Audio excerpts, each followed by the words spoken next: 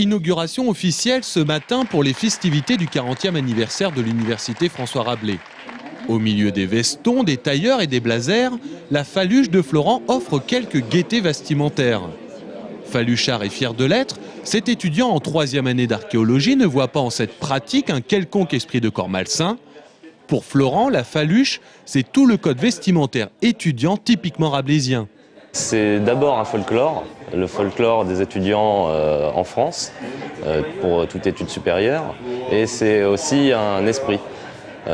Cet esprit, c'est avant tout l'esprit rabelaisien, donc les plaisirs de la table, de la boisson, de la chair, et c'est aussi le partage de la culture et l'ouverture d'esprit, une sorte d'esprit humaniste.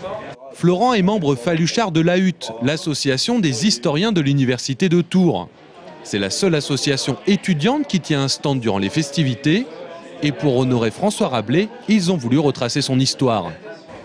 On vient sur la jeunesse, donc l'endroit où il est né, et à peu près tout jusqu'à ce que vraiment il commence à se consacrer entièrement à sa carrière d'écrivain. Donc on parle de ses études, de son passage chez les bénédictins, chez les franciscains, tout ça. François Rabelais était un bon étudiant.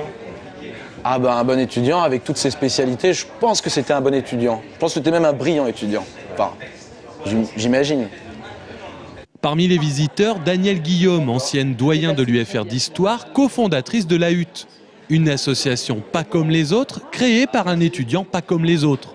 Jean Péricard,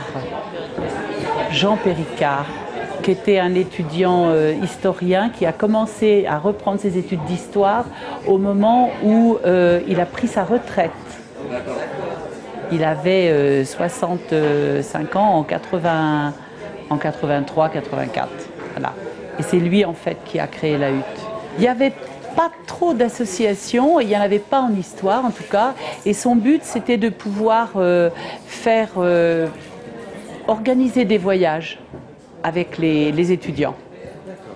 Et un des premiers voyages qu'il a organisé, c'était à Rome. De quoi donner des idées ambitieuses aux nouveaux membres, eux qui pensent organiser cette année un voyage en Alsace.